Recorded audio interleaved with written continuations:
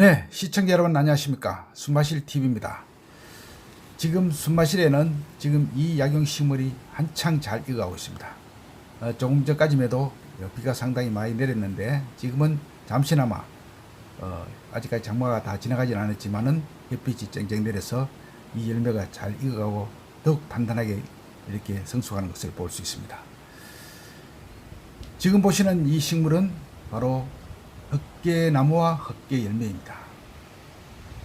그리고 이 헛개나무 속 식물은 전 세계에 약 3종과 그리고 변이종 2종이 있습니다. 그리고 중국에도 3종, 변이종 2종이 있습니다. 약으로 사는 것은 보통 3종이죠. 보통 이 종은 중국의 하북, 산동, 산서, 하남, 성서, 감숙, 사천 이런 쪽에 주로 분포하고요. 우리나라 한반도와 일본에도 많이 분포하고 있는 그런 약용식물입니다. 보통 그 약용식물을 이 열매, 그러니까 헛개나무에 잘 익은 씨를 건조한 것을 지구자라 그러죠. 그래서 지구자라 그래서 보통 약용식물로 많이 이용하고 있습니다. 보통 이 지구자라는 약명은 신수 본초에 처음으로 이제 기재되었죠. 그리고 주요 산지는 아까 말씀드린 그림 지역이고요. 헛개나무의 주요 이제 활성 성분으로는 트리테로페노이드, 사포닌, 화합물과 이제 플라보이드가 있습니다. 그리고 양리 연구를 통해서 헛개나무는 보통 해주, 간 손상, 항지질과 산화, 강혈당 등의 작용이 있는 것을 알고 있습니다. 그래서 주로 이제 헛개나무는 보통 이제 대체적으로 우리가 알고 있는 것은 이제 간에 상당히 좋다 이렇게 알고 있죠.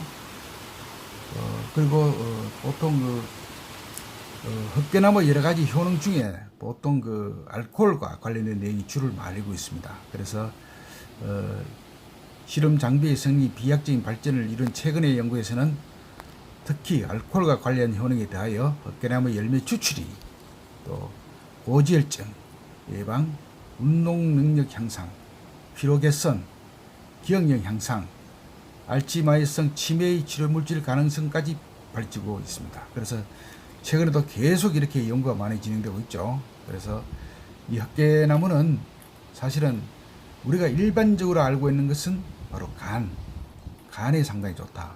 그래서 보통 헛개나무를 구입하시는 분들은 간과 관련된 간질환, 또 만성 간염, 또 이런 쪽으로 해서 많이 구입하고 계시는데 최근에는 다른 기능도 많이 이렇게 연구되고 있다는 그런 말씀을 드리고 있습니다. 저희들도 이 헛개나무는 이 나무도 상당히 이렇게 크게 자랍니다. 아주 크게 자란 건 아니지만 지금 보시는 나무도 상당히 큰 나무죠. 그래서 헛개나무는 열매에서부터 이렇게 보면은 나무 그리고 전체를 버릴 것이 없는 그런 나무다 이렇게 볼 수 있죠. 그리고 이제 헛개나무는 이제 여러 가지 차로 많이 들 수도 있죠. 그리고 보통 이를 말려서 우리가 이렇게 많이 쓰고 있는데요. 주로 이제 이렇게 나무를 말려서 차를 넣어서 끓이는 방법도 있고, 또 최근에는 헛개나무를 이용해서 또 발효를 해서 열매와 같이 식초도 많이 담그고 있습니다. 그래서 최근에는 헛개나무, 헛개 식초가 또 많이 이렇게 알려져 있어서 이렇게 많은 호응을 받고 있습니다.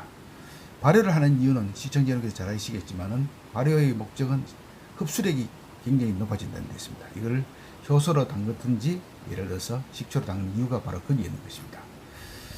그래서 우리는 이 헛개나무 열매를 마시는 방법은 아까에는 효소나 또 식초 또는 또 차로 이렇게 들 수 있고요. 또 한으로도 많이 이렇게 제작해서 드시고 계십니다. 그래서 특히 간이 안 좋으신 분들은 평상시에 이렇게 간 질환이 있는 분뿐 아니라 평상시에 이렇게 술을 많이 드시는 분이라든지 앞으로 간에 대해서 미리 예방을 하겠다 이런 분한테도 상당히 헛개가 상당히 유용한 식물이다 그렇게 볼 수 있는 거죠.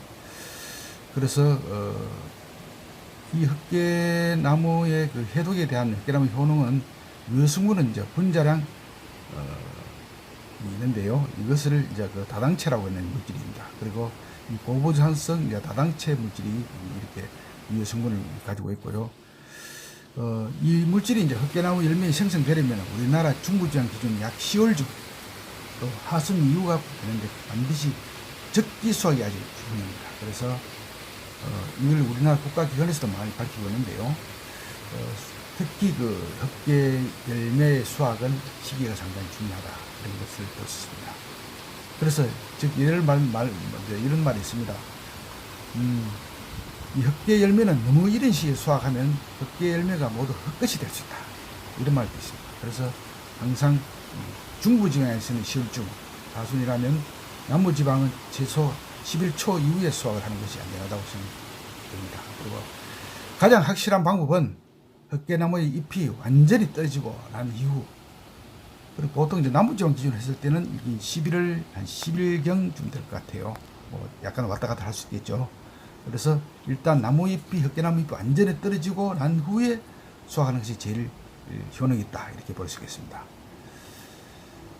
그래서 최근에는 이제 사실 흑계나무 열매는 이제 중국산도 많이 들어오고 있죠. 그래서 이제 뭐 중국에서 많이 들어오고 있는데요. 사실은 우리나라 이제 그 자란 흑계나무가 상당히 좋겠죠. 그리고 또 흑계나무는 사실은 우리가 산지에는 자라는 것이 이렇게 많지는 않습니다.